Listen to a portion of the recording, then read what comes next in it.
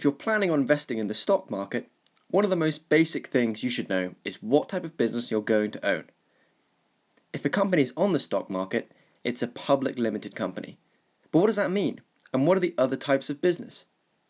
We'll take an insight into sole traders, partnerships, private limited companies, and public limited companies to give you a sound understanding of what they are and what it means for the owners.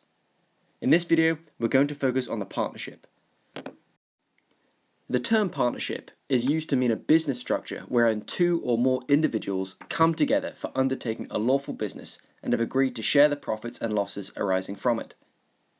The management and operation of the business should be performed by either all of the partners or any of them, acting for all of the partners. Many small businesses, including retail, service, and professional practitioners, are organized as partnerships. A partnership agreement may be oral or written. However, to avoid misunderstandings, the partnership agreement should be in writing. The agreement should identify the partners, their respective business-related duties and responsibilities, how income will be shared, the criteria for additional investments and withdrawals, and the guidelines for adding partners, the withdrawal of a partner, and liquidation of the partnership. For income tax purposes, the partnership files an information return only. Each partner shares in the net income or loss of the partnership and includes this amount on his or her own tax return. Examples of partnerships include accountants, a doctor's surgery, or solicitor's practice, where there are a number of skilled and equal partners in the firm. Next, I'm going to run you through some of the key characteristics. The membership of the partnership must include at least 2 people and less than 100. All the individuals entering into the partnership must be legally competent to do so, as they have to enter into the contract to become partners. The informality of decision-making in the partnership tends to work well with a small number of partners.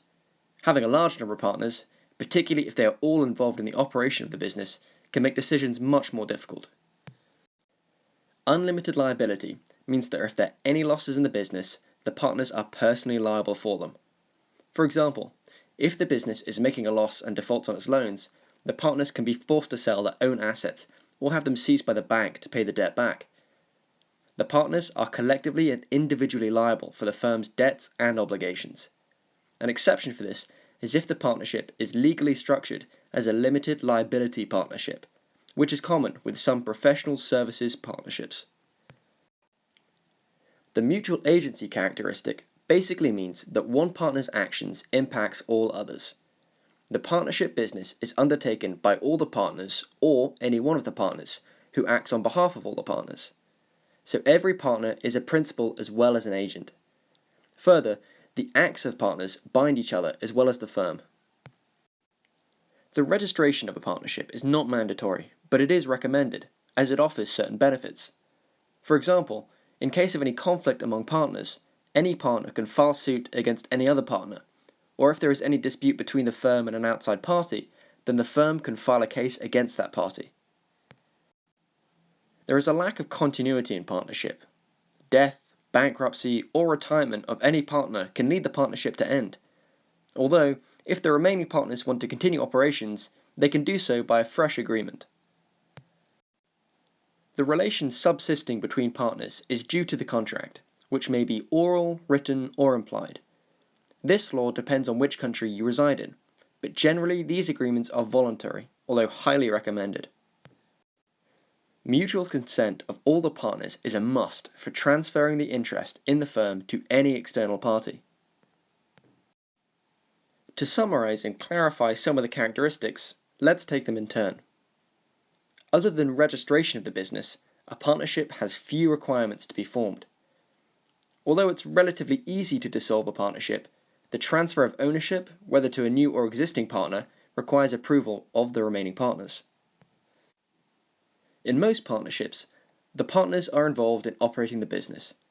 Their regular involvement makes critical decisions easier, as formal meetings are not required to get approval before action can be taken.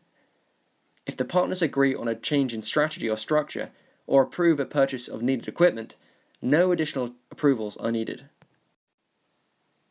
Most governmental regulations and reporting requirements are written for corporations. Although the number of sole proprietors and partners exceeds the number of corporations, the level of sales and profits generated by corporations are much greater. The informality of decision-making in the partnership tends to work well with a small number of partners. Having a large number of partners, particularly if they're involved in the operation of the business, can make decisions much more difficult. We understood some of the key characteristics of the partnership, but there are different types of partnerships, including a partnership and will, a particular partnership, a general partnership, and a limited partnership. A partnership at will exists as per the will of the partners, where a particular partnership is created only for a present period of time. A general partnership has unlimited and joint liabilities to the partners, where all the partners can take part in the management of the firm and they are bound to the acts of other partners when they act for the business. A limited partnership is when all partners have limited liability except for one. This is set up because it does not require any fees or lengthy processes. Also, partners benefit from tax relief, as the profit earned or lost by the business pass through the partner's personal tax return.